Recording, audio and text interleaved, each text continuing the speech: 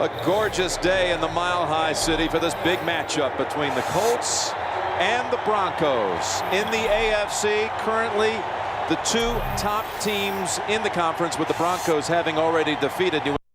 Also 5-1. It's the first time ever a team has come into Denver at 6-0 on the season. Perfect day. What a matchup we have here, Phil. Peyton Manning's glad it's good weather. The Colts, they want to throw it.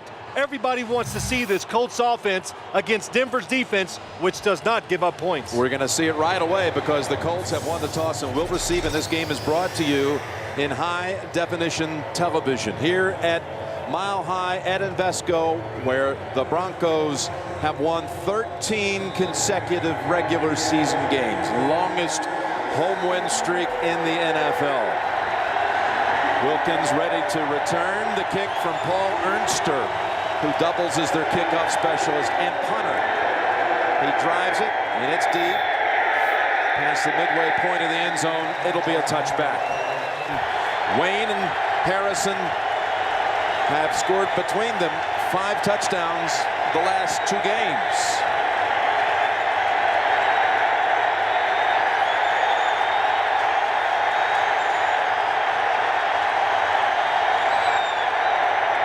It's Rhodes, and he is crushed. 2nd down and 10 from the 20 and out of the gun, and Manning with a flag down just grounds it. Prior to the snap, false start, offense, number 78, 5-yard penalty, 2nd down. Terry McCauley will govern the game, the referee. So the Colts, with this raucous crowd at full throttle here at the start.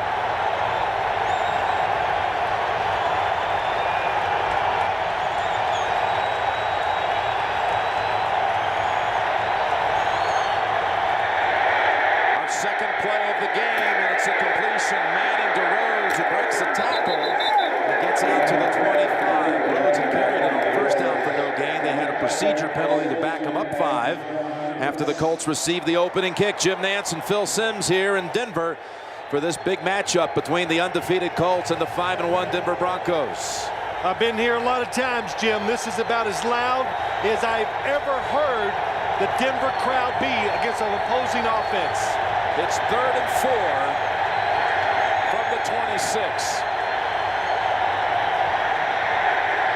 Good protection, lobs it. It's Rhodes with the catch over the shoulder at the 40 and advances it to midfield and actually inches into Denver territory for a gain of 26. The Colts have the inside receivers crossing. Everybody's looking in the middle. Nobody stays outside. That's why the wide receiver, Dominique Rhodes, is wide open. What a job by Peyton Manning, looking in there for the main receivers and finding the running back wide open. Longest play of the season for Rhodes, rush or reception. He's caught the ball on the last 2 plays. And a timeout called by Denver. The Broncos defense wants to have a little discussion after Manning hits on the 3rd down pass play. We'll be right back. Mike Shanahan, with his defense allowing only 26 points over the last 5 games. Best 5-game stretch in that category in the history of the Broncos. But getting challenged here on the opening series by Manning and the Colts. The defense is simple, but on that 3rd down play, they made a big mistake. Play action. Manning launching down the field and almost intercepted. That went right through the hands of Nick Ferguson trying to hit Reggie Wayne. Well, let's look at what the Indianapolis Colts want to do today.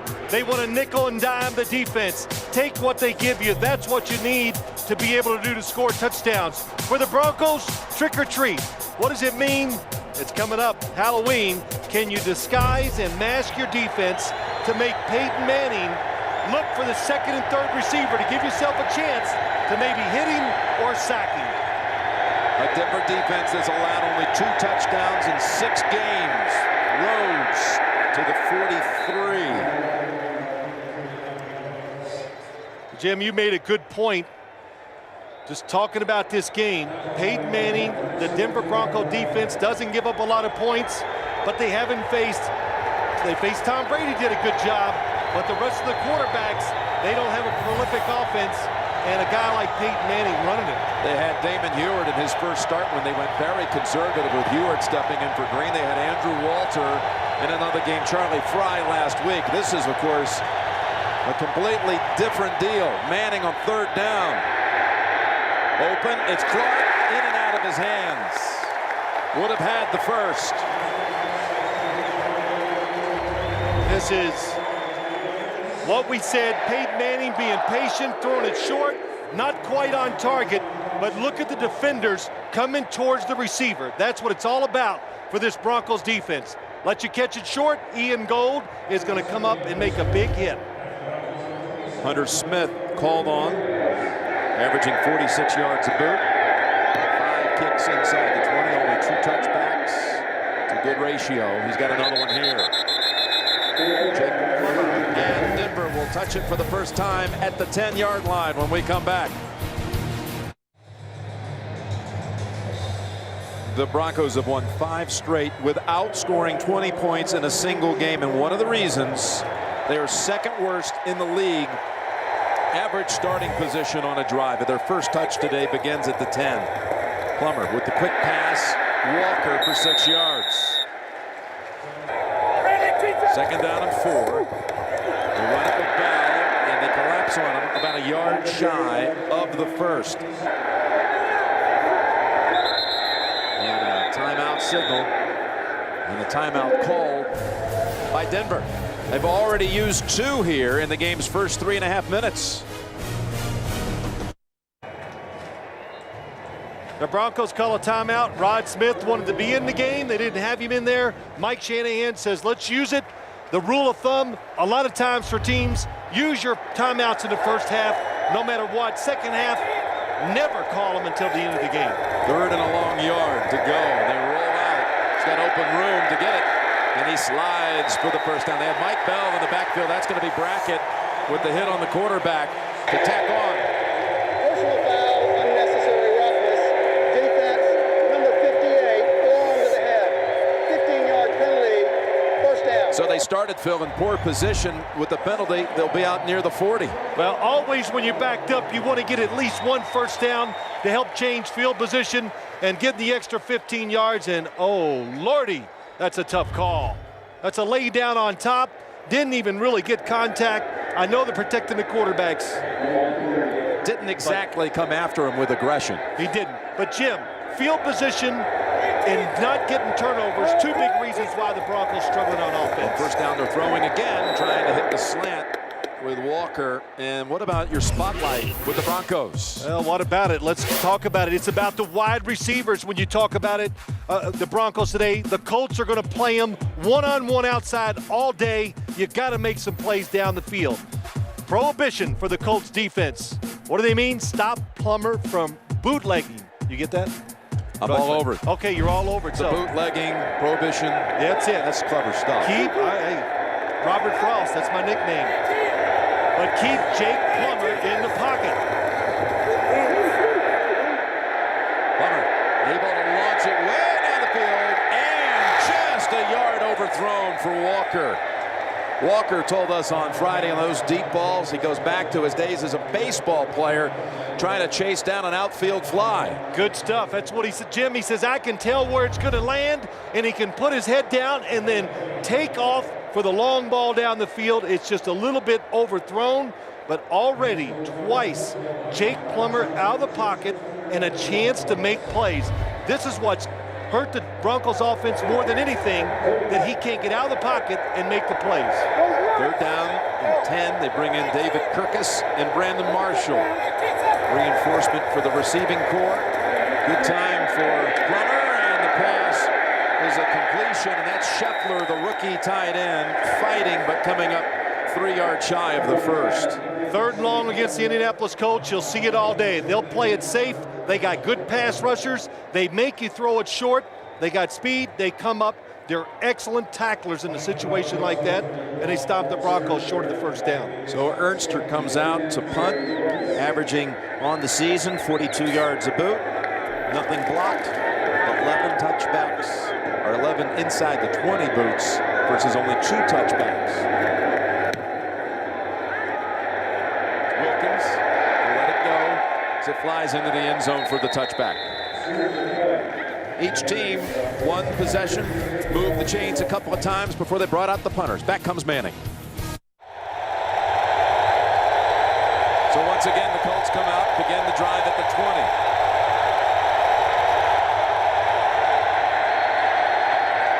It's a die, the rookie running back, and his first carry goes for about 6. That first series, Phil, you saw a breakdown on the one long completion. I did, Jim. Look at all the defenders on the Broncos side. It's a zone defense. They're going to drop back, and Champ Bailey at the bottom of your screen runs across the field with Marvin Harrison. And look at the void it leaves on the right side. I don't know how Peyton Manning saw it. He makes the completion down the field. The Broncos very seldom break down. That's why they've been so good this year. We'll call it 2nd and 5, and that's Harrison for the first down at the 32. Completion for 7 yards. This play, they do it 2 ways now, to Marvin Harrison, and now they run it to the other side to Reggie Wayne. Even though Peyton Manning drops back, it's their version of throwing the football quick. And I don't know why. They're always open. Peyton Manning always hits them for at least 5 or 6 yards. And that one went for a first. A die, showing some speed work in the middle of the field, and we'll give him 7 yards for the rookie first rounder from LSU. Well, we talked to him last night, and my question always to rookies is, how is it in the NFL? And he goes, man, they hit hard. And that was the first thing. What a difference. How much harder they hit here. He also said, sometimes I stand in that huddle and I can't believe I'm in the huddle with Marvin Harrison and Peyton Manning. Said, my guys at LSU said, you got to get over that in a hurry. 2nd down and 3, and again, Clark unable to make the grab. Dallas Clark. That is what the Broncos count on, that you can't keep throwing and catching the football short without making a mistake. This is a huge mistake, but guys drop them because they know there's going to be Bronco defenders hitting them. And watching the Colts warm up today, Peyton Manning threw about 20 straight little short passes underneath, because that's what he expects to do in this game. 3rd down and 3, and a dive falls for the first. Huge start there, JB. Thank you by the Chargers, and of course Denver and San Diego still have their 2 matchups to come. You wonder if Dallas Clark isn't looking around for John Lynch, who hit him with a vicious hit a couple of years ago here. And that's the run again by Adai. Dumerville on the tackle. That goes for 7.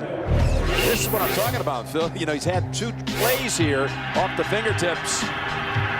Remember that? It cost John Lynch $75,000 for that hit to the head.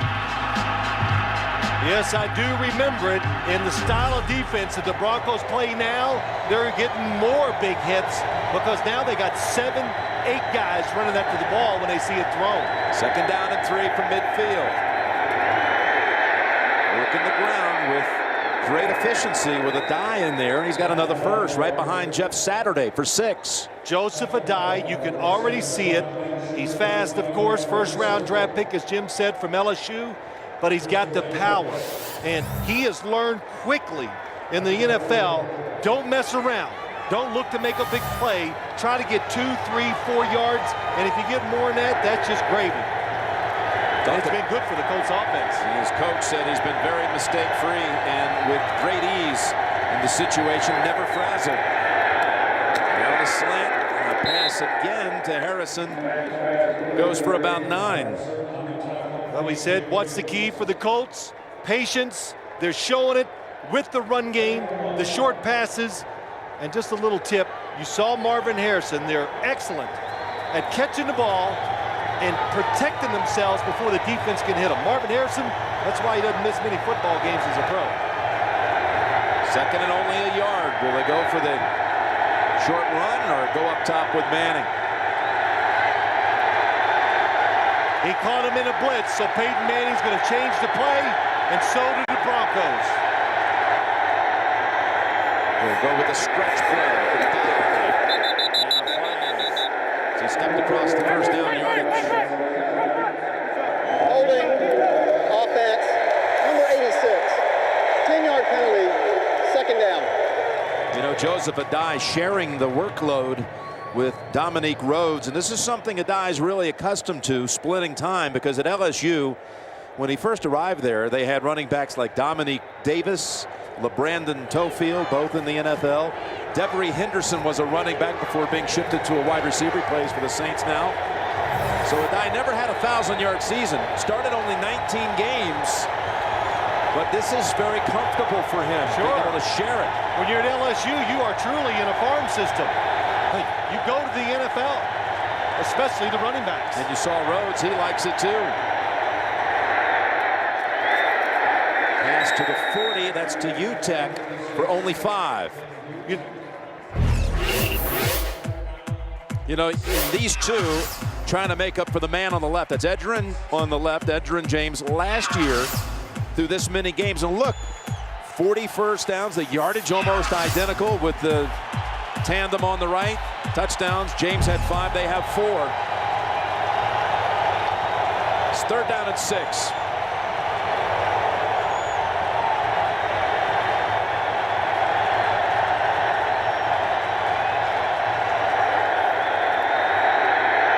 Clark has it this time, and he bangs inside the 40, brought down by Brandon and Gold.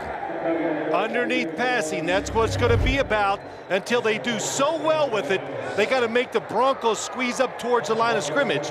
As you watch it, the Broncos are counting on drop passes, sacking the quarterback, a penalty, and also, Jim, now this is kind of how it goes, and this is one of the other reasons why the Broncos have trouble putting a lot of points up on their side of the ball, because they bend and don't break on defense. First down from the 29. A dive. Shakes off a tackle for a loss. And is brought down for 6 yards at the 23. Al Wilson, he was able to break away from Wilson, ready to drop him for about a 2-yard loss. Well, this is what they count. Listen, you play the style of defense, you got to be a great tackling team. You should be a great tackling team. Everybody's looking at the football, and Al Wilson tries to hit him with his body instead of putting his arms around him. The Colts' 12th play of the drive. On a 2nd and 4.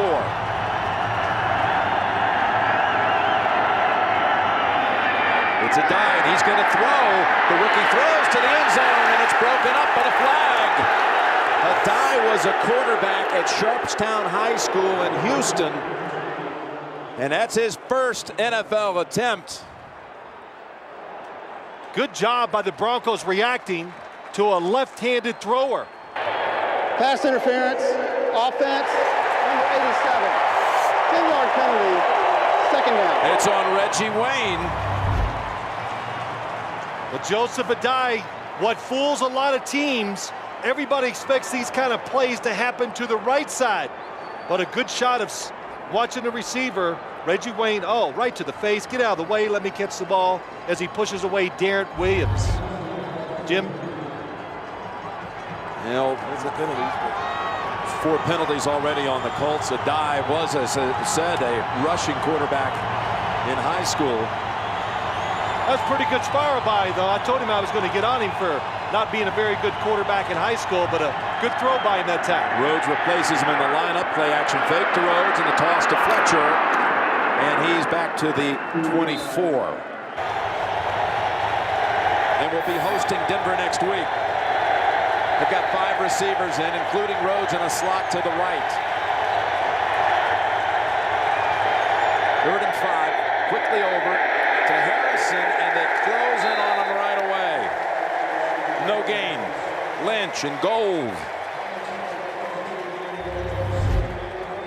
5 wide receivers. They catch the Broncos off guard, but look at the reaction as they see the screen and come running up. And again, not to beat it to death, but the Broncos, that's what they rely on. You can drive it down the field, but you can't get that last first down and get in the end zone. They make you kick field goals, and that was their goal today. Adam Vinatieri has not missed as a Colt. This from 42 yards, the former Patriot star, is good again. He's 11 for 11 field goals as a Colt. He returned last week after missing 3 games with an injury. First points to the Colts. Harrowing memories in the Mile High City of the 2 wild card games after the 03 and 04 seasons, where Manning and that explosive attack put up over 40 each year to just completely dominate Denver, including a 5-touchdown game. Threw for more yards in that second one did Manning than anyone had ever thrown against a Denver defense. 458 yards. Well, what did Mike Shanahan said? They were kind to us. They could have scored 80. And I don't think he was kidding. That he felt Tony Dungy had a little compassion on him. Vinatieri to kick. Got a new return man back deep. As Brian Clark just brought up from the practice squad, who's going to down it for the touchback. And the numbers from those 2 wild card games outscoring him by 56 combined. But, you know, talking to Peyton last night, he talked about how upgraded Denver has now. Its defense is so far better and upgraded with the speed they have with Darren Williams, with Bailey on the other side. Yeah, speed and a different style of play. And you can already tell by watching this game that Peyton Manning hasn't been able to go down the field. And that's why, a lot of reasons why Denver has changed their style. But playing in Indianapolis, it definitely helps against their pass offense. It's Tatum Bell cutting with a flag as he's across the 30. May be coming back. Holding offense, number 72. 10-yard penalty, first down. On that right side, George Foster flagged for that one.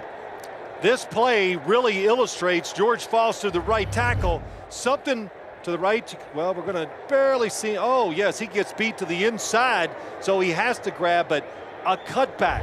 That is something the Denver Broncos have not been doing, is having the runner start right and cut back to the left. So if you don't do it, what has happened, it's hurt all their bootleg passes with Jake Plummer too.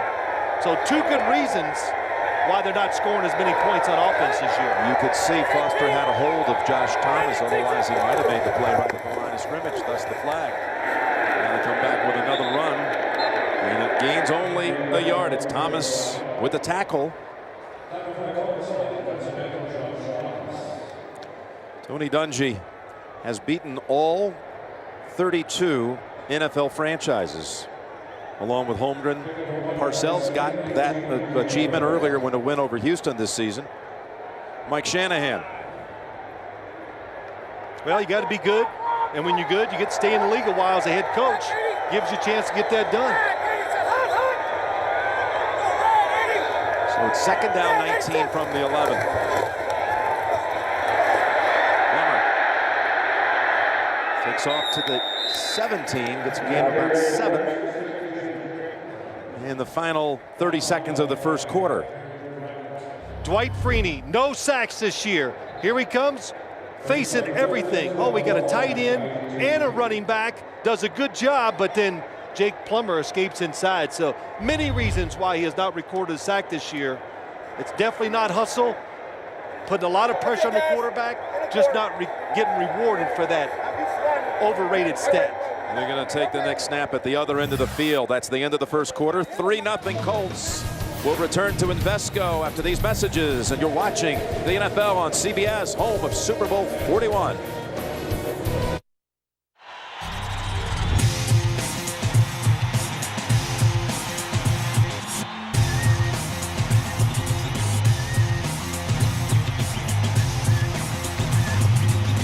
NFL on CBS, coming to you from Invesco Field at Mile High, and we start the second quarter here. Jim Nantz and Phil Simms.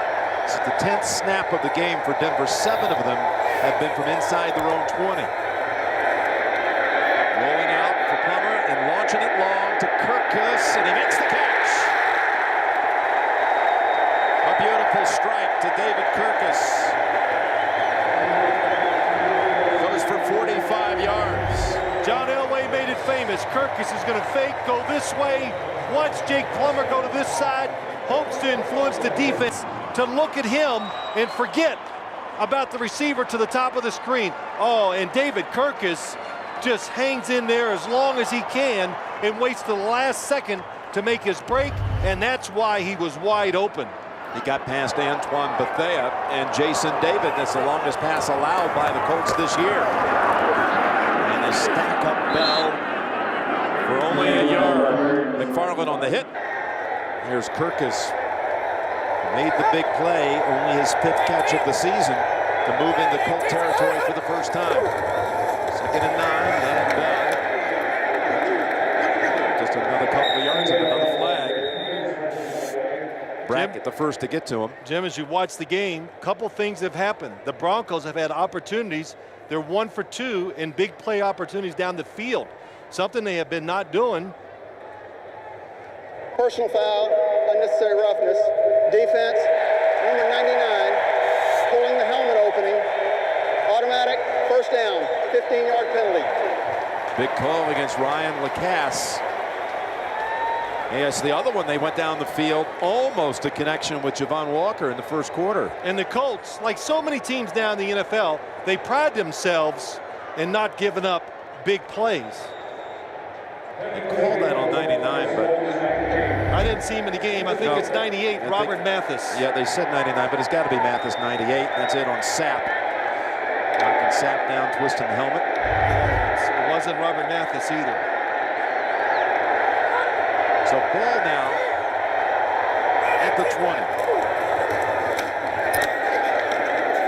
And Bell for only a yard. Nothing opening up early for Tatum.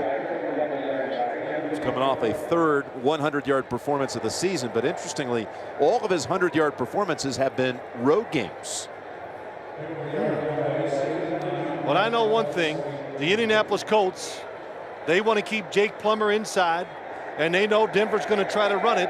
So Tony Dungy says every game we play now, people are running the ball in obvious passing situations, so they crowd the line of scrimmage more this year than they have in the past. 2nd down and 9 from the 19. Clear it out. What can Plummer do? In the pocket, man at the 10. And Smith is down at the 3. He just moved past, talking about Rod Smith, Steve Largent into 12th all-time on the reception list in NFL history. Jake Plummer did that with his eyes. The running back goes outside, it spreads the defense, and he waits to the last second to turn and throw to Rod Smith. Good job of looking right. It made the defense run that way, and that's why Rod Smith was wide open. Mike Bell in the backfield on 1st and goal. The play went for 15. The rookie up the middle, diving, and falling a yard shy. May have been a little bobble on the back end of it, but Denver will have 2nd and goal from the 1.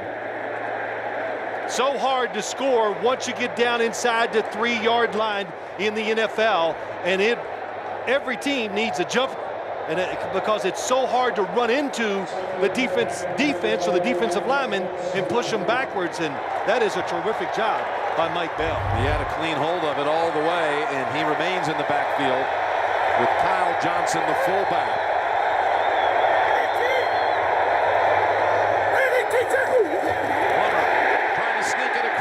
It's a touchdown, Denver.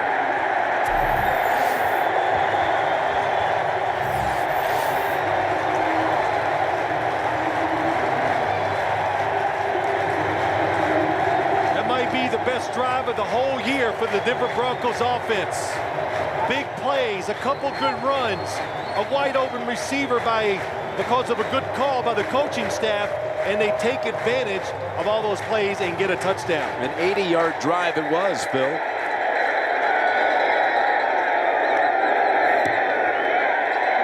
And Elam adds the extra point.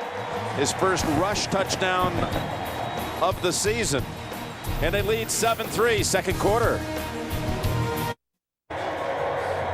How much did that drive mean to Jake Plummer, with everybody clamoring for the rookie Cutler to get into a game? For Jake Plummer, his teammates, his coaches, I think it gives everybody confidence, and that's all the Broncos have been missing, is a little fire on the offense. They get that going, it's just going to make their defense much better. Plummer has now rushed for a touchdown 4 times in the last 3 regular season matchups against the Colts. Wilkins taken off and finally slowed down at the 28. So Manning and the Colts will come out with a 7-3 deficit. Best starting point for either team. This drive beginning at the 28. And Rhodes is written down by Kennard Lang for a loss of 4. Lang overpowering Dylan Gandy. Jim, we had a chance to talk to Larry Coyer, defensive coordinator. He said some interesting things. One of them was, if you do well early, it gives you confidence. And believe it or not, even though they got all these great stats on defense, they haven't done it against maybe the best offense in football. So far, it's worked out well, so they got to have some confidence early in the game. Second down and 14. And good snap. Good toss picked up by UTEP. We're talking about Coyer. I like when he said to us, I think sometimes strategy is overrated when you get to high-level games. And he felt that if his front 4 could generate any kind of pressure, well, they've got to have some pressure if we want to hang in there. Yeah, and that's when you play the way the Broncos do on defense, it's because you have faith that you don't have to trick it up and send extra blitzers and all that to get something done. It allows all the secondary people to run the football, Jim. That's what it does. Third down, and Manning stepping up, hitting Clark for another first down. Trying to make the move to get past Brandon. That one goes for 16 more. Good example. You said it. Front 4's got to get some pressure.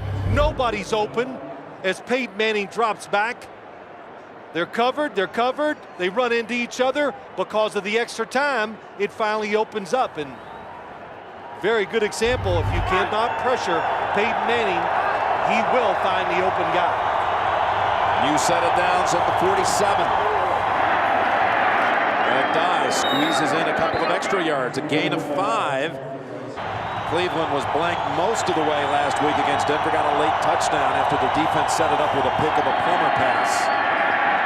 And Manning zips it. Has another completion. That's 8 in a row, and it goes to 88 Harrison. Peyton Manning guessed right that time. The play action, because he knows or he thinks he's going to get one-on-one on the outside. Champ Bailey against Marvin Harrison. We told you both teams, they don't want to give up the big play, so you give the wide receiver some room, and the quarterback can put it where he wants, gets a good completion. It's inside the 40.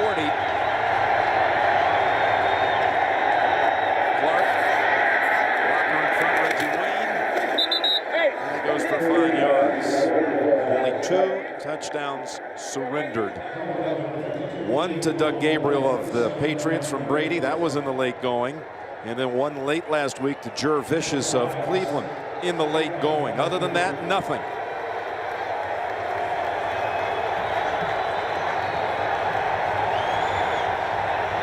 In fact, this team has won its last 4 games, talking about the Broncos, by exactly 10 points each. The action coming in, Manning gets it away, and the pass good for another first. It's Reggie Wayne coming back to grab it. 13 yards and a first. Why is Reggie Wayne open at the bottom of the screen? Watch John Lynch come up. Safety goes in the middle. Peyton Manning knows it. He almost always fakes right and throws left on this route. Before you saw it was a fake left, throw right to Marvin Harrison to the right side. So when he thinks there's going to be somebody in the middle, he's going to throw it to the sidelines to his talented wide receivers. To his talented rookie running back to the 15. Manning last week with the 4 touchdown tosses against Washington. Moving in the 10th all-time on the touchdown list with 256. He moved past Dan Fouts and Sonny Jurgensen last week. But he's never thrown one here in a regular season game. In 2 appearances. Now, one of them he played 3 snaps. The last game of the 04 regular season. He went the distance back in 02 in a snow game without throwing one. To die, and they collapse in on him right away. No gain. Engelberger and Wilson Red zone, so much. Once the other opposing team gets inside your 20, what do? Indianapolis' offense, number 1. Denver, number 1 in defense. And the Broncos make no bones about it. They know the Colts are going to go down the field on them, make some plays, but can they stop them here and make them kick field goals? It is a great matchup within the game. The best red zone D against the best red zone offense. 3rd down and 4. Underneath they go. Catch made, but a yard shy is a dime. 4th and about a yard. Really close. If I was the Colts, I'd say, give us a measurement. Tony Dungy says, nope, he doesn't even want to look at it. He's throwing the field goal team in there immediately. Yeah, Vinatieri races out there along with the holder, Hunter Smith. It'll be a chippy for Vinatieri from 30 yards. It tells you that Tony Dungy has a strategy for this game, and he's not going to alter it with a short 4th down chance. He's good again. Drives that one through. One from 42. This one from 30. 7-6. Broncos spin but don't break.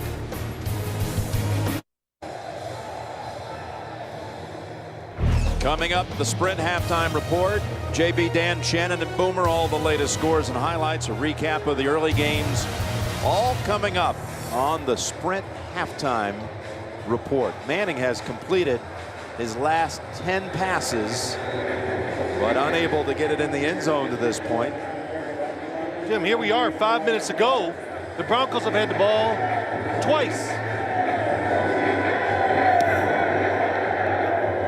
Terry all the way back to a point where it cannot be returned by Clark. So Plummer coming back out after driving them distance last time.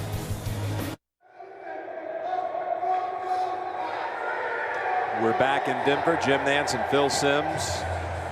And you know, in this rarefied air where the kickers take advantage, it seems like every drive starts in poor field position. Yeah, it does. And Jim, 3rd time with the ball, just another reason why style of play by Denver just makes it tough to score a lot of points. Already within 5 minutes, 10 seconds of halftime.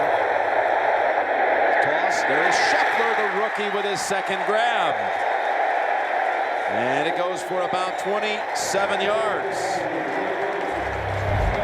Jake Plummer, one of the few quarterbacks in the NFL that can go to the opposite side. He's a right-handed quarterback. He can run left and throw on the run, and I think he's the best in the league when it comes to throwing on the run. I watched him in practice Friday. He did a couple of them running to his left, and I go, wow, it's different. Most coaches won't even call it, and then Jake Plummer gets a chance. He takes advantage of it. Scheffler, the rookie from Western Michigan, had 2 catches coming in on the year, has 2.5. There's Tatum Bell picking up a large chunk for 7 yards right behind his center. Tatum Bell last week, 115 yards, 7th career, 3rd of the season. And he had 24 attempts, had a similar type effort against New England. And he added a touchdown run. The Colts said they did not want Jake Plummer outside the pocket. 2 for 3, 2 big gains and a near miss. Tatum, a little confusion. They run into each other, but he breaks away.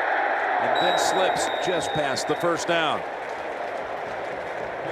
Picked up 4 when it looked like there might be nothing.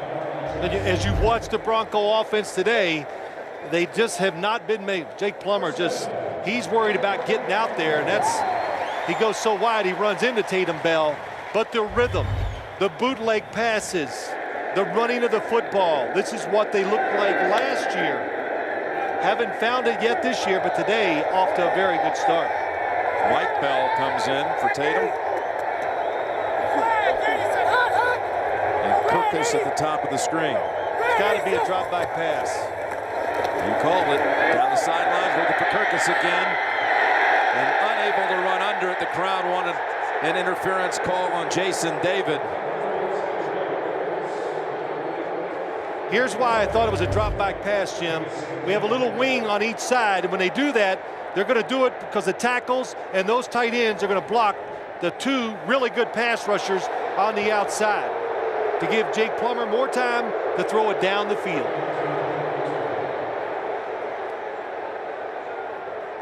That is close. Jason David leans into him, pushes him, and cuts off the angle of David Kirkus. Second down and 10, and Plummer on a busted play to the 37. They empty out the backfield on third down. Plummer looks left now, goes middle. It's Rod Smith. The second time in this game, the old wily veteran picking up a key first down. Pass protection, that's what does it. And that allows Rod Smith to go down the field. Look how long it takes him. But they take care of Dwight Freeney and Robert Mathis on the outside, and Jake Plummer did not panic. In fact, he backed up a couple steps so we'd have room, able to see the coverage down the field, and made another good throw. Larry Centers next on Rod Smith's hit list as he moved past Steve Largent today with 2 grabs. They're driving again, leading by a point. We've got the Sprint halftime report coming up. JB, Dan, Shannon, and Boomer with the recaps of early victories today. The Ravens impressive, handing the Saints their second loss of the season. Kansas City in a shootout over Seattle. All the recaps coming up in the Sprint halftime report. It's a first down coming out of the 2-minute warning for Denver. Dwight Freeney is not in on this play on that Indy defense. Tatum Bell again able to churn out 3 yards when it looked like he might get stopped behind the line of scrimmage. Clock management here, not a problem for the Broncos. It's what do the Colts do? They have 3 timeouts. After this play, will Tony Dungy, if they don't get many yards, will he take a timeout to give his offense one more chance before the half ends? So Freeney now back in. Remember, Denver burned those 2 early ones in the first 3.5 minutes of this game. I think that's one of the reasons why they ran the football, Jim, just to make sure they do not give the Colts another chance before halftime. Second down and 7. Tatum Bell stacked up at the 20. It was Brackett, the middle linebacker, who met him head on. And there's the timeout called by Indianapolis with 3rd and 5 on the way for the Broncos. The Colts 6-0 as they were a year ago in the early going, and much closer games this year. Tony Dungy telling us last night that he thinks it's been good for his team. It's more like the National Football League, right, the way it has been. More realistic. Last year they would have teams and they'd have such advantages. Their defense would take advantage of that. They get all the sacks, the turnovers, and this is the real NFL. Laying it down to the wire. And a real 3rd and 5 on the way, and Plummer sidestepping pressure and leaning for the first. Nifty run by Plummer. I never saw the opening there for him, but he found his way to the first down yardage. Well, the snake, he got it done. And he finds a way to work his way through.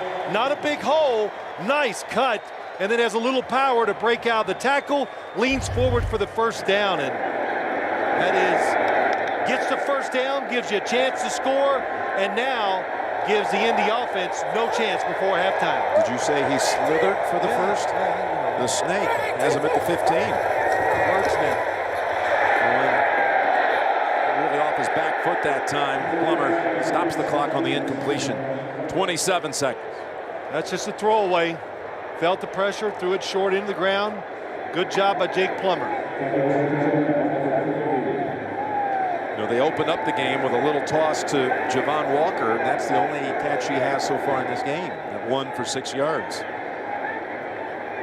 the red zone this season, 50% touchdown conversion rate.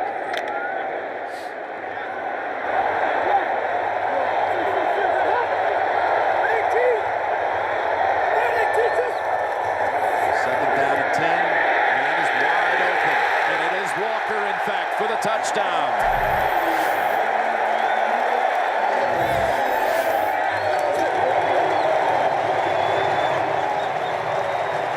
Mike Shanahan says this guy just loves to play, and he, like all wide receivers, are really good ones, wants that football. And Javon Walker wants to move outside. Oh, just a little tiny hesitation, and it makes Jason David look at the quarterback, and it's too late after that. Perfect throw by Jake Plummer. Walker says going against Champ Bailey every day in practice, who's there to be afraid of out there? Elam makes it an 8-point margin. Javon Walker from Plummer. Plummer's thrown for one, rushed for another.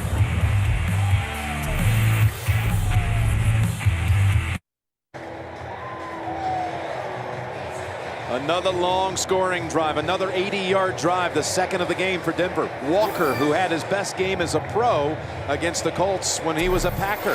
What'd we say early in the game? The Broncos said we got to win one-on-one situations. That's what it was that time. Javon Walker, big time. What's more impressive, the catch or jumping up in that wall and sitting on it? That wall is about 6.5 feet up.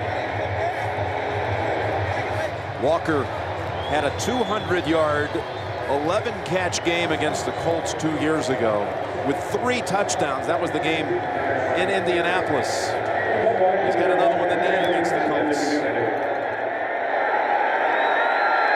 And this is going to be run out by Wilkins. And the play made all the way back there at the 15 by Jerome Cox. The script has almost been perfect for the Denver Broncos in the first half. They're making big plays on offense. They're controlling the football when they do get it, and they're bending and have stopped the Colts twice and made them kick instead of touchdowns. And they knew that's how they'd have to play to win this game. Think Indy will do anything here with 18 seconds? No, they're going to just get in.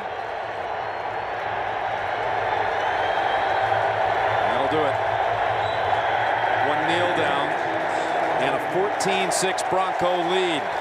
Again without surrendering a touchdown. No turnovers committed by the Broncos in that half. No sacks allowed. Suffered only one penalty. And they lead the undefeated Indianapolis Colts 14-6. We're back with the Sprint halftime after this message and a word from your local station. You're watching the NFL on CBS.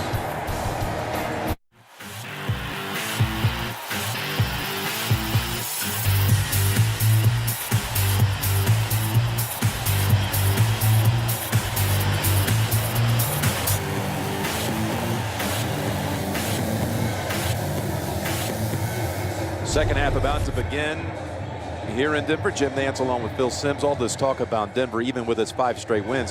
Hey, we can't put up 20 points in a game. But in that first half, 2 beautiful drives for touchdowns covering 80 yards each. Yeah, you know, a couple things the first half. I think not only did their offense make the big plays, they moved it, and they got a chance to go over 20 for the first time, but Jake Plummer got some confidence. And on the other side, the Indianapolis Colts, they were patient, even though they got 6 points. I think that was a big key for them. How about numerically what stands out from that first half? Well, I think just the fact that the Denver Broncos, the passing yards, 128, they have not been productive throwing the football. Off to a really good start in this game. And Denver will have the football to begin the third quarter. This game brought to you in high definition television.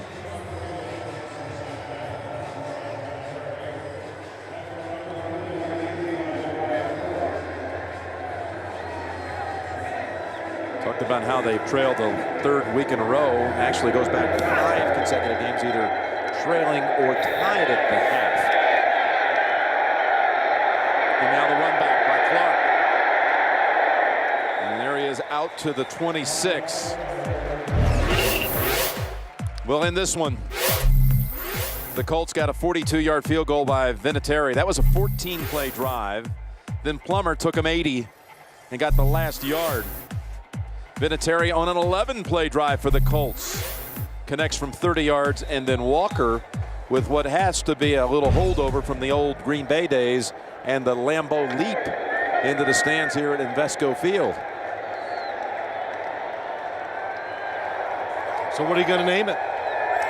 Wait for you, the Denver Dash, the The mile-high jump. The mile-high jump. And they're trying to go right back to him again, and that's knocked down.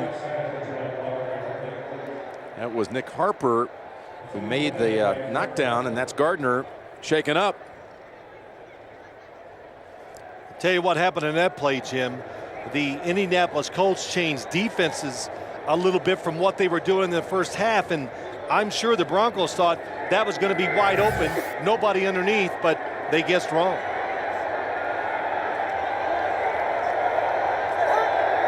Mike Bell in the backfield, and the rookie from Arizona runs over one tackler. There's Nick Harper, and then he ends up getting 5 yards. Mike Bell, the impressive rookie who during camp, undrafted, was the surprise starter in the end of the preseason before Tatum Bell eventually got the job back to begin the regular season. What you see a lot of times, as I look down the field, that hard run by Mike Bell. That's a player down. It's Nick Harper. We'll be right back to Mile High. There's Nick Harper. He comes out for a play after shaking up on that last one. Kelvin Hayden is in the lineup, number 26. Another injury on this defense, something the Colts don't need. And it's Plummer on third down and just wide of the mark, looking for Walker.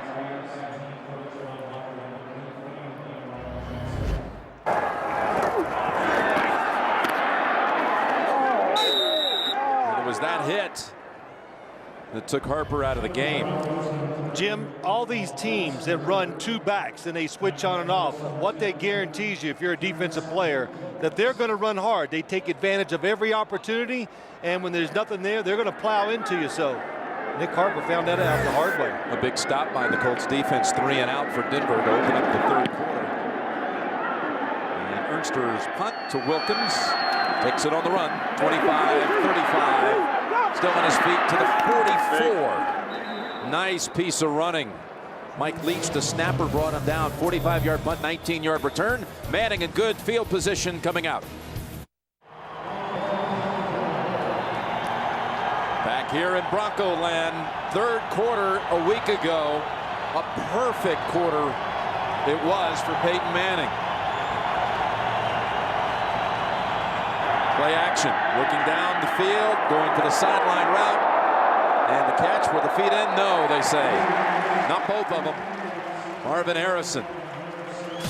Jim, we talked about the start of the game. Peyton Manning wants to be patient. He was very patient in the first half. They dropped back, so he threw it short. Hit 14 of 17 passes. And they've got what they needed here in the second half. Good field position, and it allows you to stay patient. Incompletion. His first after 10 consecutive hookups.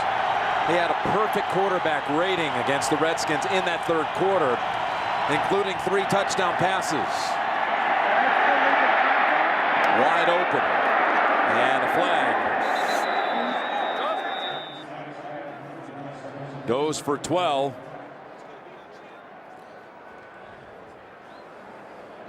Illegal contact, defense, number 24. Penalties decline, first down. Interesting what they did on the outside. Marvin Harrison's going to try to go by him, and then he stops and looks for it short. Peyton Manning says it's hard to go deep on Champ Bailey.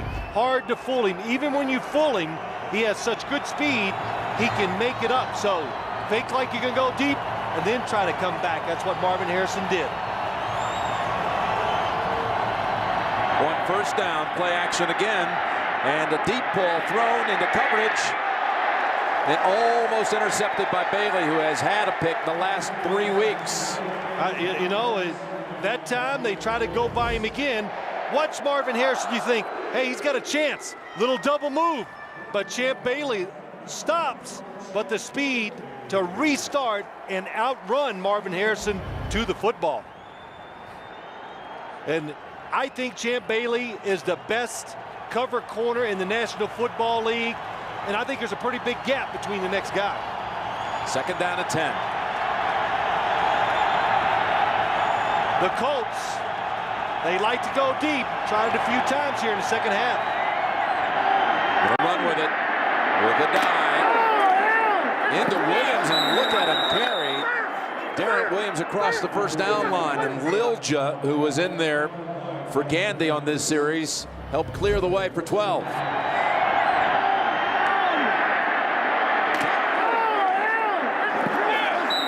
Dallas Clark threw a big block also. He did.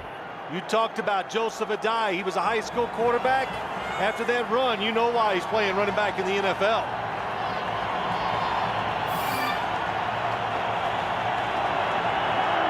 And the first down from the 32. Looking left all the way, and it's to Wayne. And another big gainer before Gold twists him down. That's another 19 yards. Yeah, so far, Jim, and Larry Corrier, defensive coordinator for the Broncos, he says, no matter what you see, this Colts team, they're vertical. They want to go down the field. Another nice fake, a little hesitation, make them think you're going deep, and then they stop, and a big gain for the Colts passing game.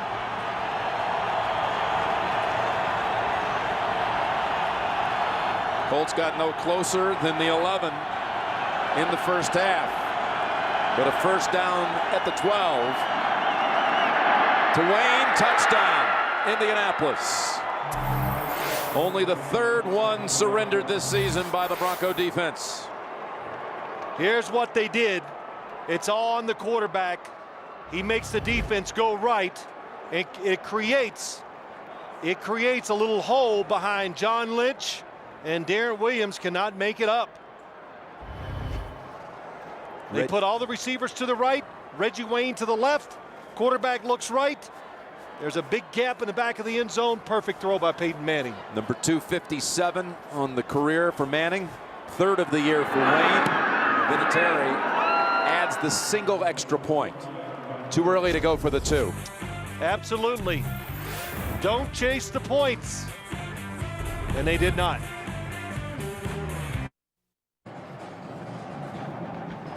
That drive took less than 2 minutes. They had 2 very methodical field goal drives in that first half. Yep. So much for patience. The Colts have said, you know, we're going to go after it. Went down the field much more, very successful.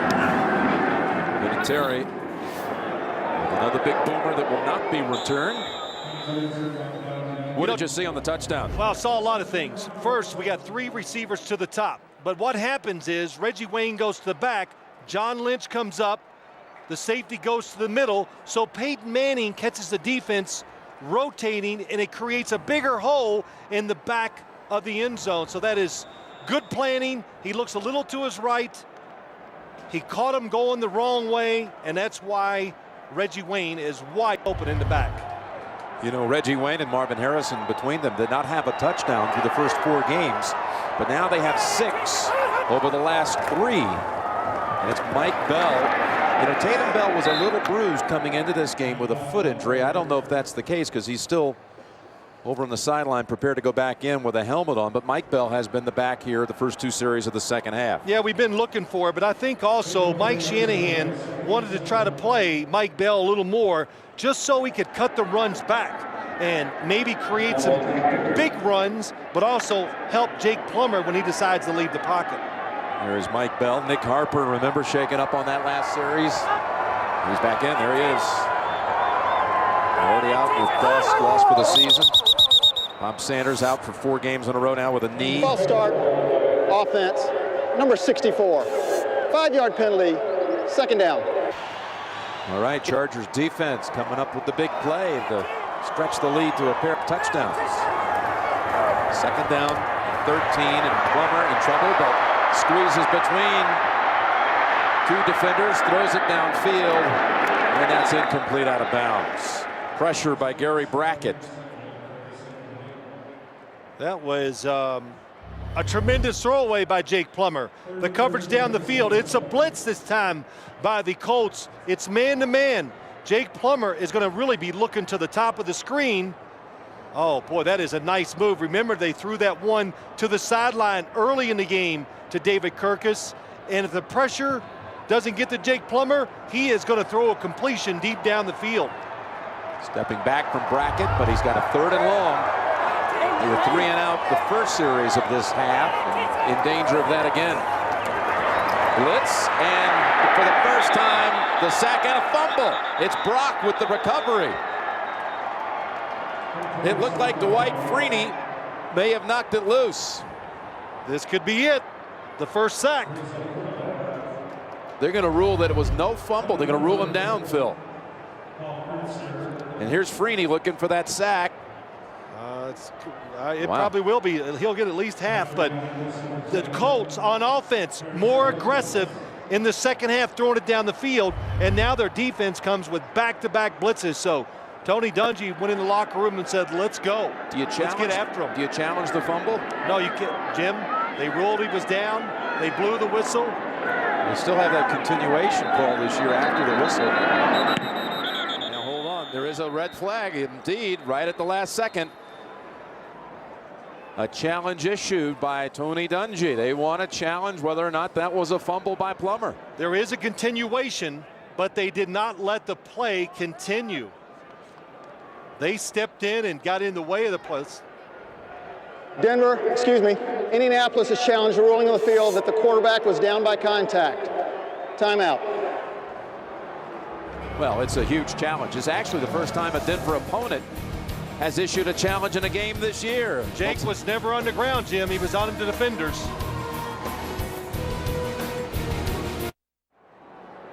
Terry McCauley. After review, the quarterback landed on the defensive team's body, then lost the football prior to touching the ground. It is a fumble and an immediate recovery by Indianapolis.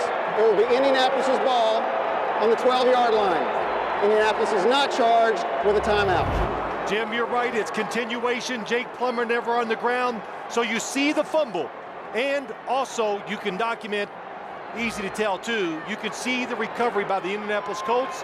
That's why it can be overturned. You can see the ball coming out before he was even really on the back. Yes, Jake Plummer, the football is coming out before he hits the ground. Before today, there were 241 players in the league with at least a half a sack, and none of them had the name of Dwight Freeney. Now he gets a half a sack and a strip and sets up Peyton Manning and company at the 11.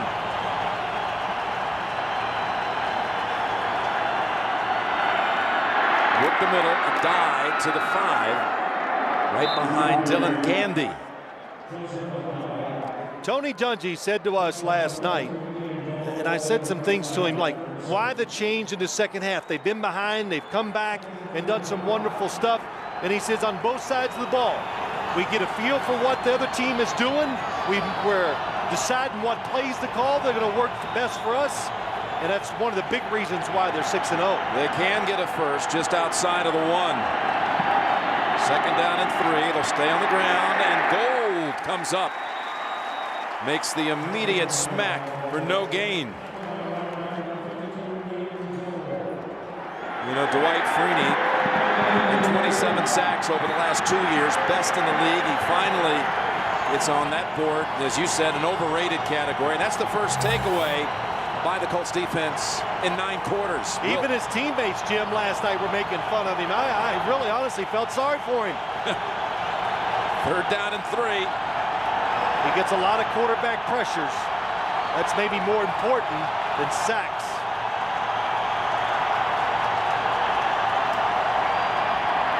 Manning looking left, launches, pulled down for the touchdown. Wayne for the second time in the quarter. Well, he climbed the ladder for that one. He did. Reggie Wayne on the outside goes behind the defense. Everybody watches Peyton and they go parallel. And I'm not teaching here, but how many times do I say it? Where's the best spot to throw a football when you're down inside the 10? The back of the end zone. Players lose touch, defensive players with the back of the end zone. They're used to going forward, and they let the players get behind them. They come out with 14 points in the first 6 minutes, 6 seconds of the second half. Taking advantage of the Brock recovery, and Wayne scores again. There you see, has a touchdown pass in 27 of 29 venues. One game in St. Louis, no a quarter at Seattle last December. No touchdown toss, but 2 today in the third. After 3 in the third last week. That's 5 over the last 2 weeks coming out of the locker room in the second half. Ryan Clark. Right sideline hurdling, and flags are everywhere. Jim, I talk to players, you talk to coaches in the During NFL. return, illegal block in the back. Receiving team, number 40. Half the distance to the goal, first down. And the thing about the Colts is they're just aggressive. They never let up, and we've seen that here in the second half. Well, Denver is going to score 20. Tom Moore, Peyton Manning, it's just full throttle. Even when they throw it short, they just keep coming at you. It's still Mike Bell, the running back. They begin inside of the 10. It's the pass to Bell to the 15. Hit first by Nick Harper. Cato June joining in. Goes for 7. 2 series, no first downs in this half for Denver. Yeah, they got to get back in that groove and the rhythm, and that was a nice way to start. A change-up. The defense blitzed them a couple times, putting pressure. They're getting fast. So what do? You throw a screen to try to slow them down. Second down and 3 from the 15.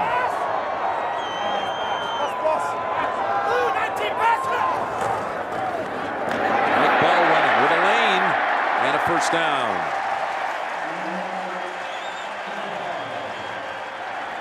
That goes for 12.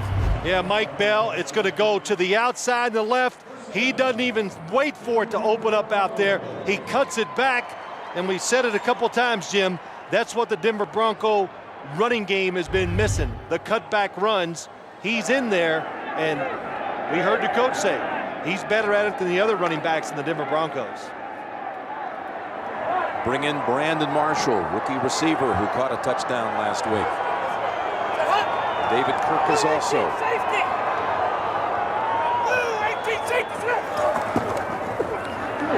Bell earns another handle.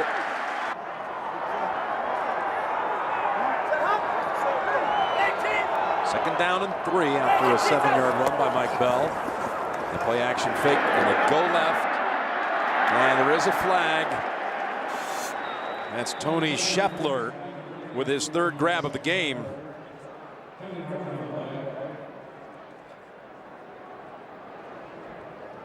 There's no foul for an illegal block in the back. 3rd down. Correction, first down. It's a first down. He moved it across the line for the first down. Freeney saying, what? I know one thing, what a reaction. The Indianapolis Colts, their defensive line, they're not taught a whole lot except go after the quarterback. They were chasing Jake Plummer.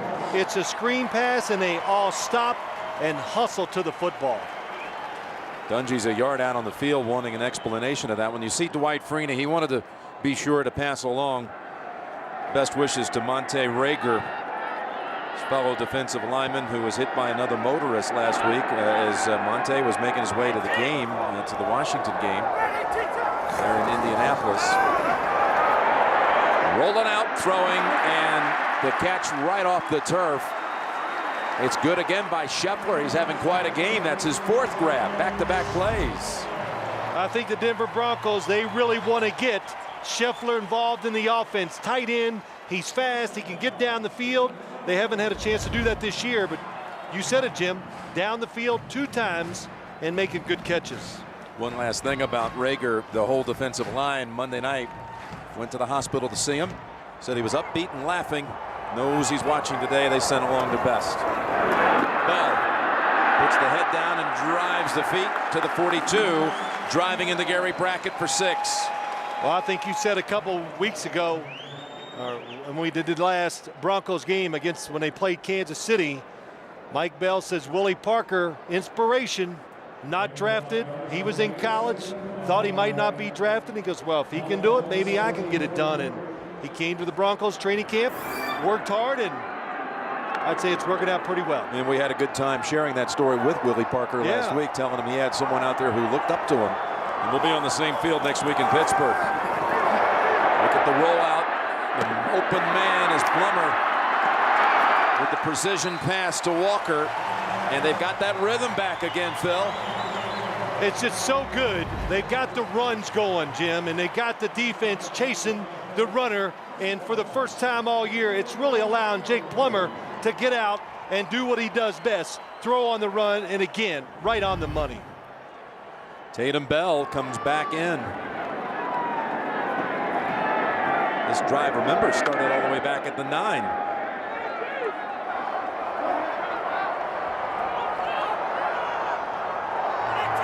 First down at the 33. Tatum Bell picks up a couple of yards into the arms of Dan Klecko. Throughout the week, you can log on to NFL.com and you can actually vote right now for the 2007 teams that will play in this year's Pro Bowl. It's in your hands. Vote on NFL.com. So Mike Bell sits out one play and he returns. 2nd and 8 situation at the 30.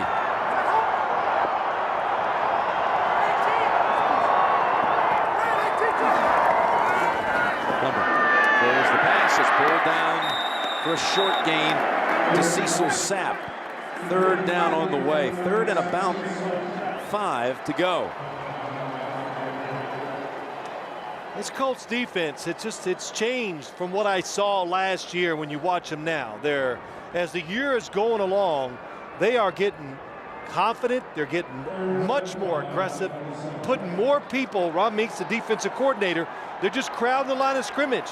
And they've been drafting defensive backs high for the last couple years, so they just feel like they can cover wide receivers, put the pressure on their defensive backs, get everybody up and try to stop the run. And try to run for it, and Mike Bell has it as he falls forward to the 21.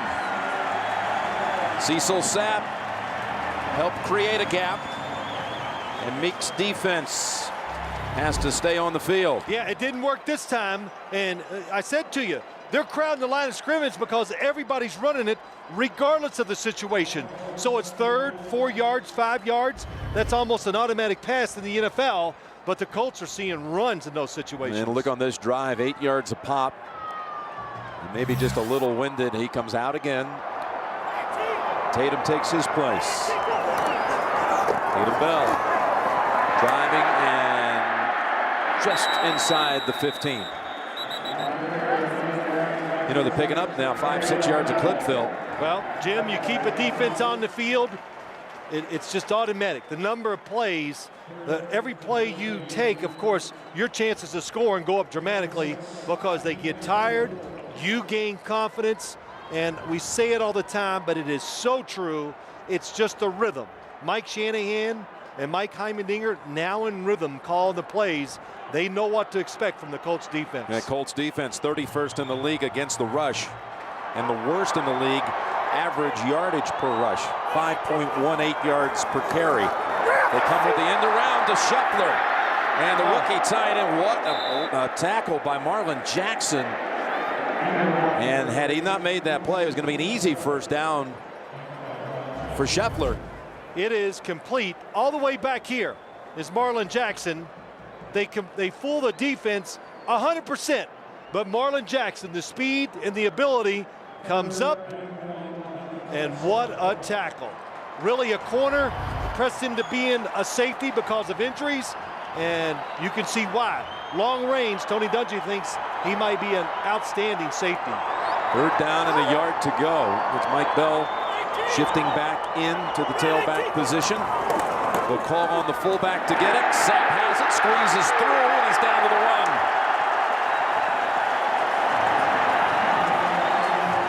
Sapp with a big block on this drive, a catch, and now a 3rd down carry for the first.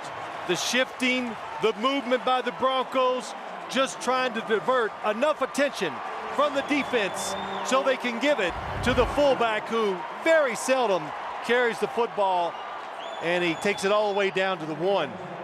Only his 4th carry of the year, goes for 11. We've seen Bell fly through the air, a late defender on the field. It's Freeney. 1st and goal, Bell up, and over and in for the touchdown.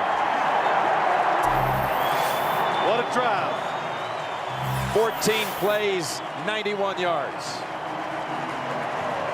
And the Broncos, Jake Plummer, they did it. 20 points. Yes, they're there. There you go. And they're going to tack on one more. He laughed to us on Friday. He says, man, thought we had it last week. So they're laughing at themselves a little, but they knew today they'd have to put some points on the board to beat the Indianapolis Colts.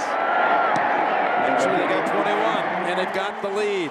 They close out the third quarter with the touchdown to regain control at 21-20. We've had 3 lead changes. The fourth is going to be a dandy. Mike Bell's second touchdown of his rookie year. He scored on opening day in St. Louis from a yard out and got the big yardage on that drive on the ground. And they have reached that 20-point mark for the first time all season. Well, I think we pointed out all the reasons. Some of it's bad play, but circumstances have created most of it. So we start the fourth quarter with a touchback. Manning and the Colts came back to take the lead. Now they're down 1. We are back. The start of the fourth quarter with Gerard Warren inactive today with a toe injury, but raising the roof for that defense that could not stop Peyton Manning in that third quarter. Manning with the play action, the quick toss, it's a dive with a first down and plenty more. Quick 17. That is a play to throw to Joseph Adai all the way. It's like a halfback delay. They send everybody straight down the field. The Broncos defense retreats. He's wide open, picks up a first down. Another tight affair for Indianapolis. They might be 6-0, but they've had some games coming down to the wire. And it's a dive for 4 yards. Had a 1-point win over Tennessee, 3 over the Jets, by 5 over the Giants, Jacksonville by 7. A totally different way of doing it than a year ago. He just went over 35,000 yards in his career with that toss to Adai. He did it in 135 games. It took him 1 more than our colleague Dan Marino, who has the record, getting to 35,000 in 134 games. Fakes left, goes right, it's a dive. And a third down coming up. You know, the way Peyton throws the ball, I mean, every week you're trying to put his performance in some sort of context. Last week it was about passing Sonny Jurgensen and Dan Fouts on the touchdown list. Well, but most of the time you're talking about Brett Favre, Dan Marino, and Peyton Manning. Third down and a big 4.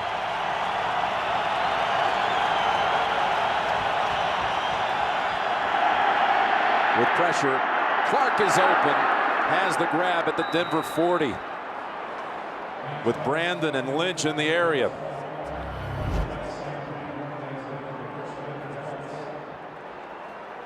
You see that play so many times. The wide receiver coming underneath. That time Peyton Manning says, hey, they're going to cover him. So he goes down the field and hits Dallas Clark.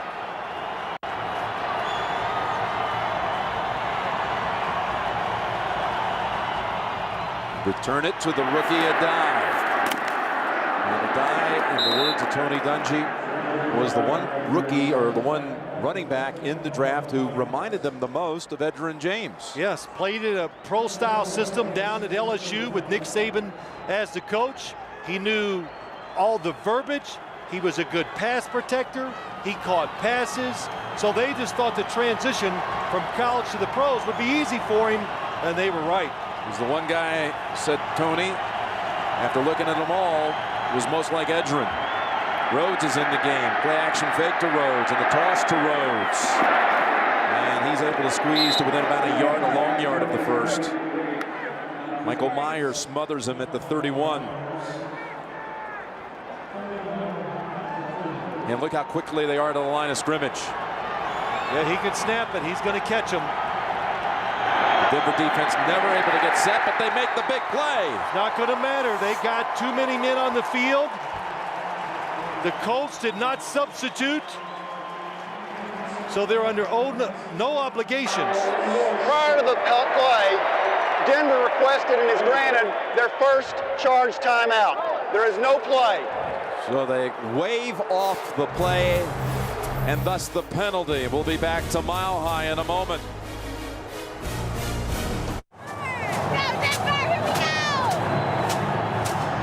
When you play the Colts, always be alert for the quick snap. Look at the guys coming off. The Colts do not substitute anybody. John Lynch says we're in trouble. He calls the timeout. If you don't substitute on offense, like I said, you can quick snap the defense and get a 5-yard penalty. 3rd and a yard to go. They fake to a die, and they toss too wide of Dallas Clark. And they're going to bring out Vinatieri. Well within his range. The Colts, Jim, they gamble. They go for it. Instead of running the football and picking up a first down, they fake the run because they were looking for a play that was going to get a lot of yards. The speed is there for the Broncos defense, and Peyton Manning is off target. 48 yards on the way for Vinatieri. 12 for 12 on the season. And this one absolutely down the middle. 48-yard field goal to regain the lead, and our 4th lead change of the afternoon. Back and forth we go here in Denver. Jim Nance along with Phil Simms, and the Colts trying to keep that undefeated record intact. Vinatieri puts him back in front. Vinatieri's Patriot days ended right here in January in a loss in the divisional round to the Broncos. And they'll come out to the 20. Super Bowl 21, the Rose Bowl in Pasadena. And my man Phil Simms going against John Elway. Took it in from 2 yards out, but Phil comes back. Look at this zip to Mark Bavaro, 13-yard touchdown. Then on the deflection, it's McConkey. Phil with 22 out of 25, 3 touchdowns, and the Super Bowl win. And we're within 100 days now of South Florida and Super Bowl 41. How many people did you see the Elway mark here in the stadium? But you get a lot of that here in Denver still, as Mike Bell runs for about 4. No, you know I don't. They used to hate me out here, but since the Broncos won back-to-backs, it's like all is forgiven. So you still go out and have a decent meal without. They don't yell at me as much as they used to. John Elway, of course, originally drafted by the Colts. That's right. And then traded to the Broncos. You know what I don't understand? Of course, 158.3 is the perfect quarterback rating, and you're somehow, you know, the 88% throwing, the 3 touchdowns and no picks.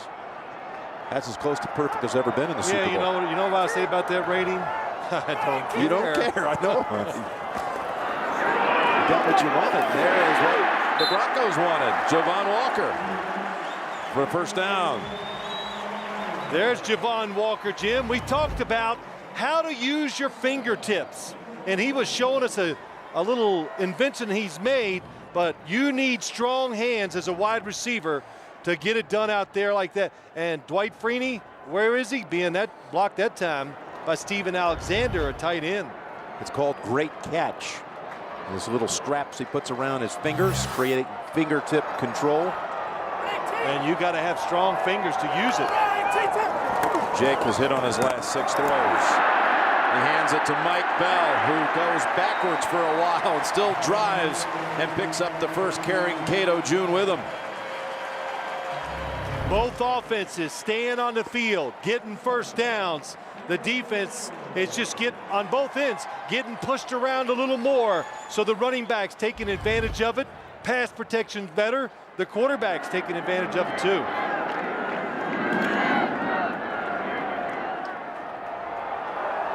With the 43, another first down.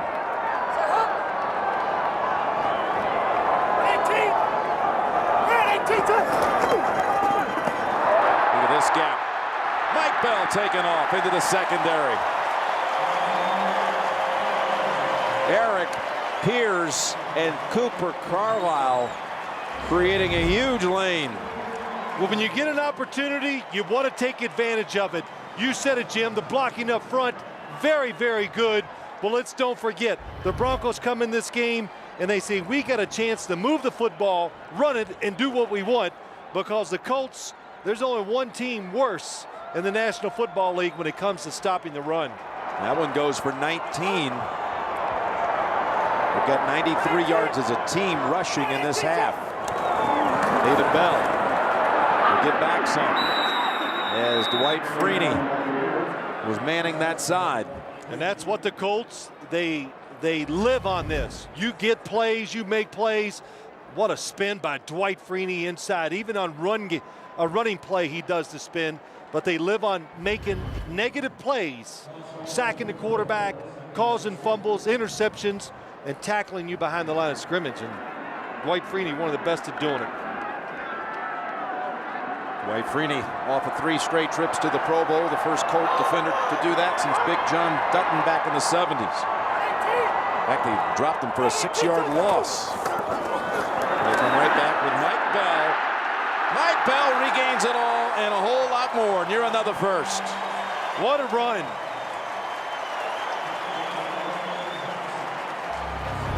Watch the change of directions by Mike Bell. To the left, to the right, cut it back.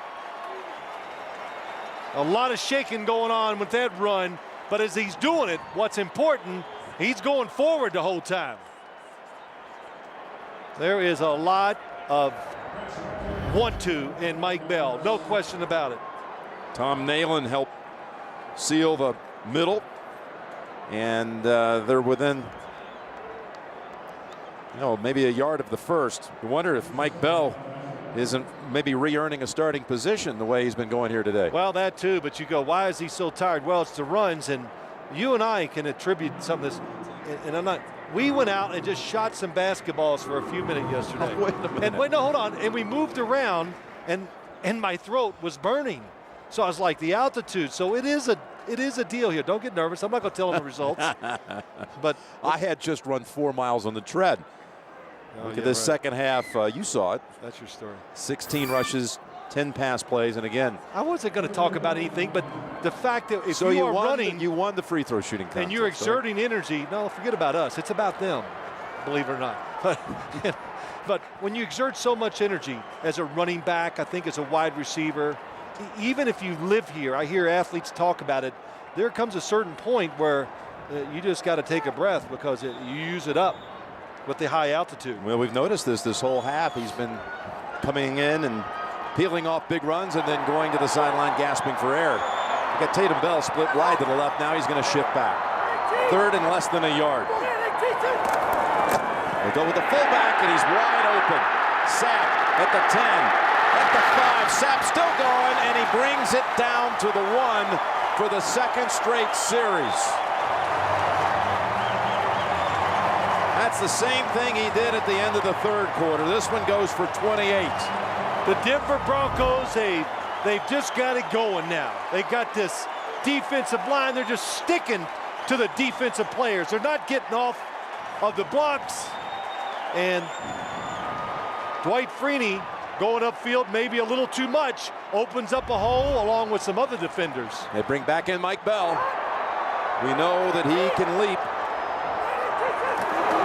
Gets the call again. He goes in, this time standing up.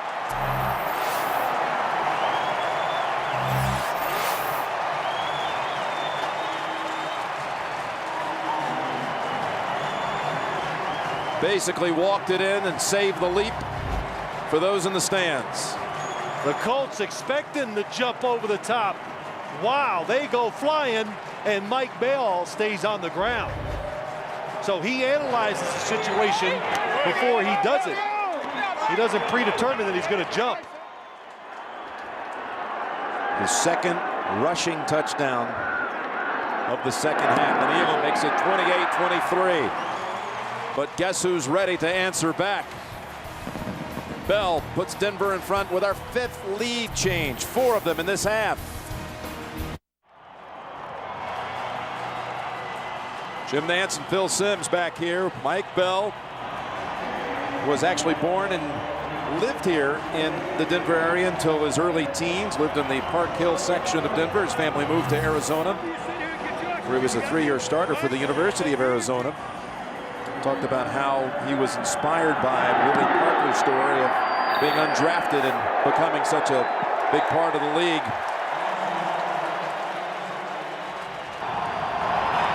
They're stomping their feet here, hoping this defense can find a way to stop Manning and company.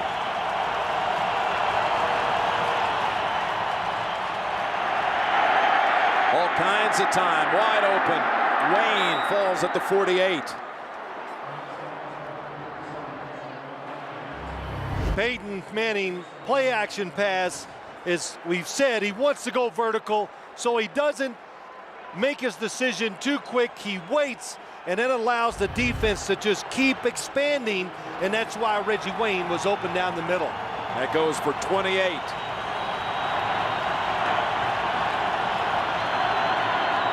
Adai, the rookie, into Denver territory. Give him 5. You know, the only possession that they did not score on, when you look at that, is the kneel down at the end of the first half. So essentially their last 5 drives they have gone down the field and scored. You know, Jim, not only that, they're going down the field, they're going vertical, they're looking for the big plays, and they're hitting them. 2nd down and 5, and that's good for another first. Reggie Wayne coming up huge in this second half, working on Darren Williams. Well, finally, the Denver Broncos, Peyton Manning said, if you make enough plays and once you get in a rhythm, they sit over there and go, okay, enough of that, let's change. That time the Broncos come with an all-out blitz, but the Colts had the perfect play on, a quick throw to an underneath receiver. Wayne has 71 yards in this half and 2 touchdowns.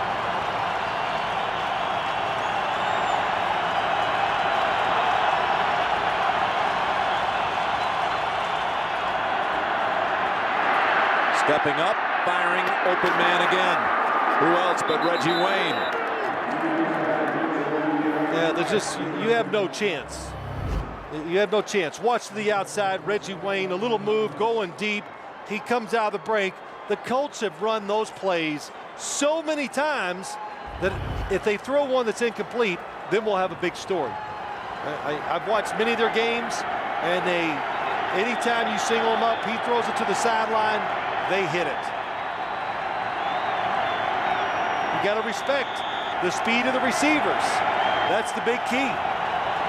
Plummer walking around knowing he's probably going to have to come right back and match this.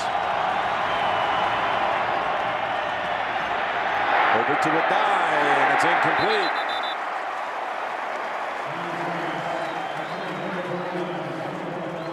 Hey, you're the quarterback. You're Jake Plummer. You're sitting over there going, well, we finally got over 20 points. It's up to 28. And you feel good. And you just go, man, can't we just stop Peyton once? Or you can go back out in the field and not have the pressure of trying to score points. Haven't stopped them in this half. Could be 4 downs, too, for the Colts. Dallas Clark open, shakes off the defender, and comes up about a yard shy. Broke away from Ian Gold. It's interesting. In all the games that the Broncos have played this year, they've been coming up and making these tackles. Peyton Manning, little fake. He knows he's going underneath. And they've been coming up and making that tackle, but the Colts so good at throwing and catching, and they make you miss and get those extra valuable yards. It's 3rd and really about a yard to go. I say all this is going to be a run just because it's 3rd and short. Well, I was wrong. To the end zone, touchdown, Reggie Wayne. They had Darren Williams turned around. And what was it again? What a job by Peyton Manning. He did something almost similar to this years ago in a playoff game against the Kansas City Chiefs. But outside, you get singled up as a corner. It's another fake route, a second move, and it's just hard not to go for the first one. And of course, at this point, you go for the 2. This late in the game, absolutely right. Reggie Wayne has his first 3-touchdown game of his career. All of them coming in this half.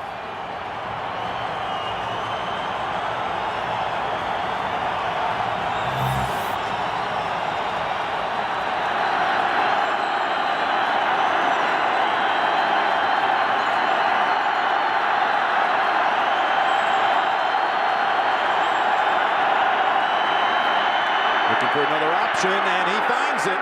Back to Reggie Wayne again. That's big time. First off, the touchdown to the outside. Top of your screen, watch Reggie Wayne, just a little move and a perfect throw over the top of Darren Williams for the touchdown. The Colts have put up 31 on the Broncos to take the lead back. 3.5 to play.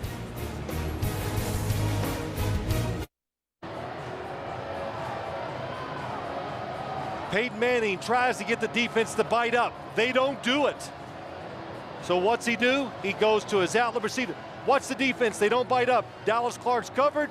Then he goes outside to his second receiver. And when I said big time when he did it, that's what it is. You become so good at throwing and catching. Why? Because they got talent, and they do it in practice, and they do it every single week. They get such repetition on it that they know what they're going to do in every situation. Terry. And Clark wisely takes the knee. So Jake Plummer, unflappable to this point, but now with the 3-point deficit. He has, if you go back to his days in Arizona, he specialized in late game heroics. Well, Jim, when you get in these situations, the hardest thing to do, or the most important, just get that first down. Get it going. So the first call of the drive is extremely important. A lot of times it's up to the coach. Delayed give. Bell gets away. Makes another cut move, and he's taken off. And they are already in Elam range. But looking for more than just 3. That went for 47 yards, and Steven Alexander, one of the unsung heroes on that play. They take advantage of outside rushes, and look at the lane inside. When you play the Colts, they go outside. Why? Because they want to get to the quarterback. So draw plays, they work. Screen plays inside, they work. And good blocking, you said it, Jim. Steven Alexander, a big block about 7 yards down the field, and that helped him gain an extra 50. Bell has his first 100-yard game.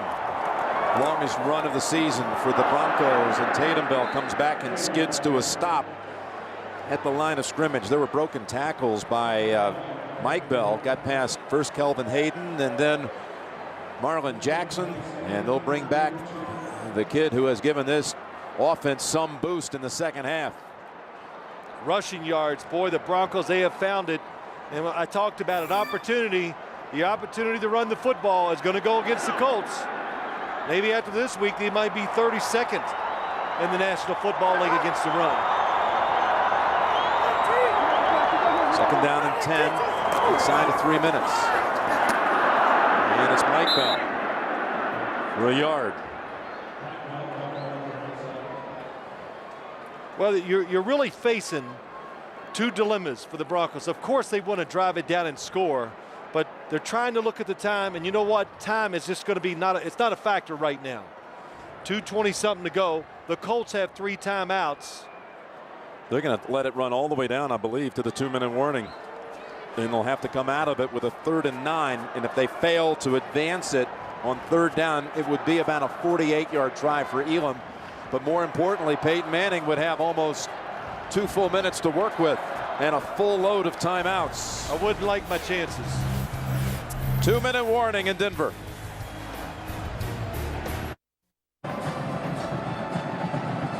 Third and 9 at the Indianapolis 31. What do you see coming up?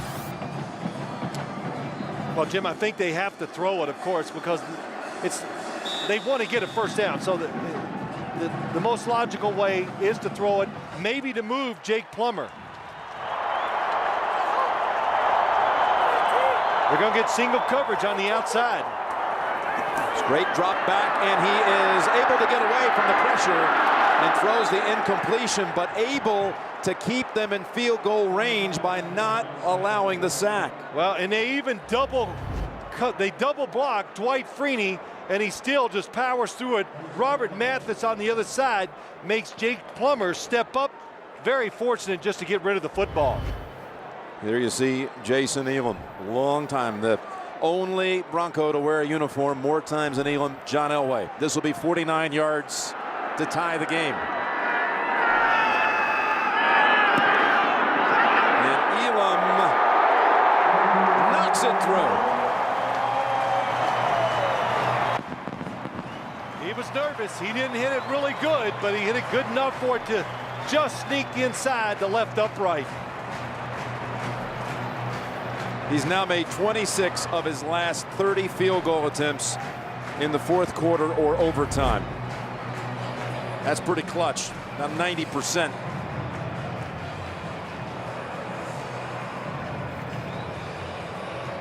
Hooks it just a little bit. You can tell it's a hook just by the spin of the football. It's not right over the top. The spin, it's a little to the side. And yes.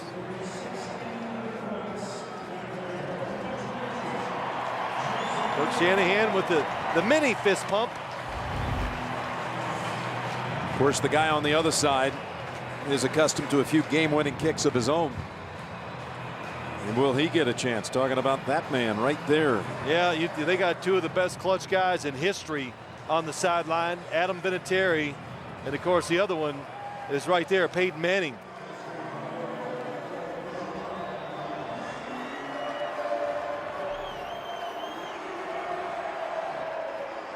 It's not Elam again, it's Ernster who handles the kickoff chores for the Broncos. Wilkins, the deep returner for the Colts. And there is no play on this one. So here comes Peyton once again with a 2-minute drill. I am really curious, what do you do as a defense? They've been playing the bend but don't break coverage against him, and it's been breaking big time in the second half. Do you take a chance? I don't think it'll be the first or second play, but if the Colts get a first down, I believe the Broncos will take a chance, try to blitz Peyton Manning, and cause something bad to happen to the Colts offense.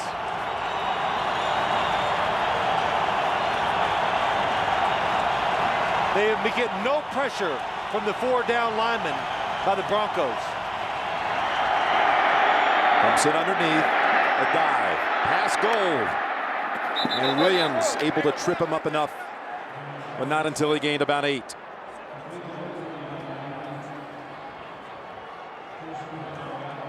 Looking at a target line, he probably wouldn't even have to go to the 30 in this rarefied air. You saw one of those game-winning drives by Peyton in the snow here. They drove down at the end of regulation.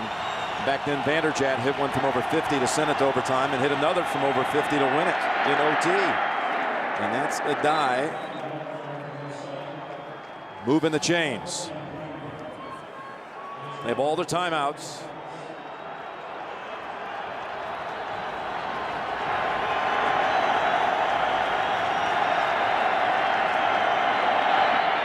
It's Clark. Work in the middle for another first. Now that defense is not going to work. Two things. When are the Broncos going to blitz? And when they do, will the Colts be ready for it? I say they probably will. And they'll go deep when they see the blitz. First down from the 44. Again, the short one. Picks up about 5. Now they'll need to use the timeout. With 52 seconds to go. And 2 timeouts left. Adam Vinatieri has not been called on in his brief career at Indianapolis for a game-winning kick. That could be coming up. And for those expecting to see 60 minutes, you are watching the NFL on CBS. The Colts and the Broncos, Jim Nantz along with Phil Simms, were all tied in the final minute of regulation And 60 Minutes will be seen in its entirety immediately following this game, except on the West Coast.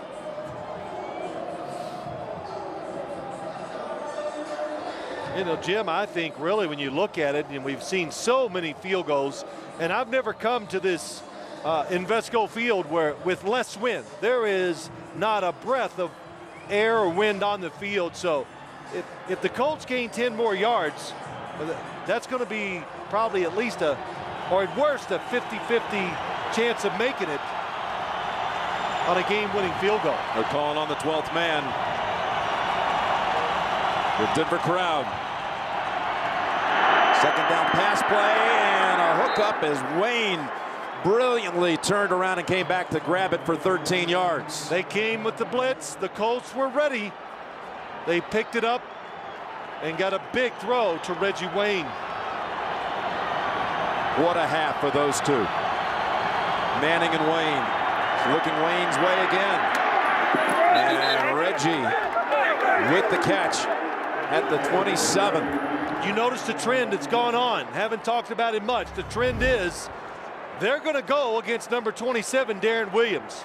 And the Colts, you hear it all the time, but it's true with them. They pick guys out and they pick on them. And we've seen it in playoff games, Jim. His name, Rock Alexander, come to mind. Exactly, in that wild card game of the 2004 season. Second and short, a dive.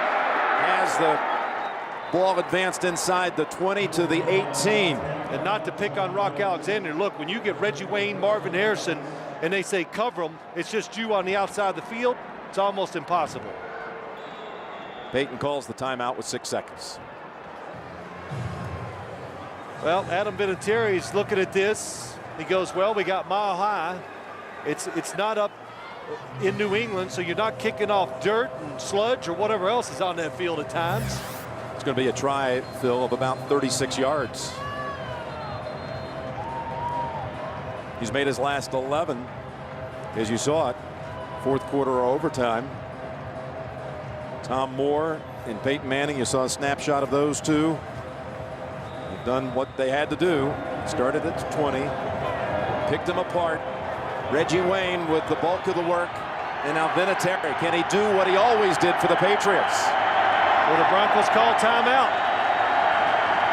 37-yard try for the win. Smith on the hold, kick on the way, and it's still the same old Adam Vinatieri.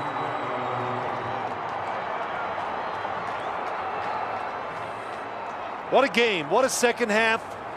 And you have to say that the Colts have been in so many of these situations this year. They just methodically marched down the field, and they made it look easy. Peyton Manning, a lot of good decisions and good throws. Look at that kick. Tom Brady once telling us something I think everybody else would agree. The greatest clutch kicker probably in the history of the National Football League. You know, Jim, I'd say he's going to the Hall of Fame for all the clutch kicks he's made in his career. 2 Super Bowl wins on his kicks. Manning celebrates with the pump fist. And there are 2 seconds to play. That's all. Chilling reality that your offense today got it going thanks to Mike Bell. Plummer, his sharpest performance by a mile this season. But Manning just so hard to overtake. 345 yards on the game. The 3 touchdown passes in the second half, plus the 2-point conversion. How huge was that? Jim, you know, look, that's right. Look back at that 2-point conversion, how he found the second receiver. Just attack football by the Colts in the second half. No other way to say it. Their offense just came out and attacked Denver's defense, and they won.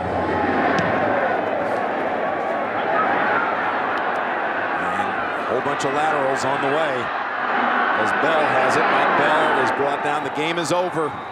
And Indianapolis is 7-0 for the second straight season. It's the first time any team's been 7-0 back.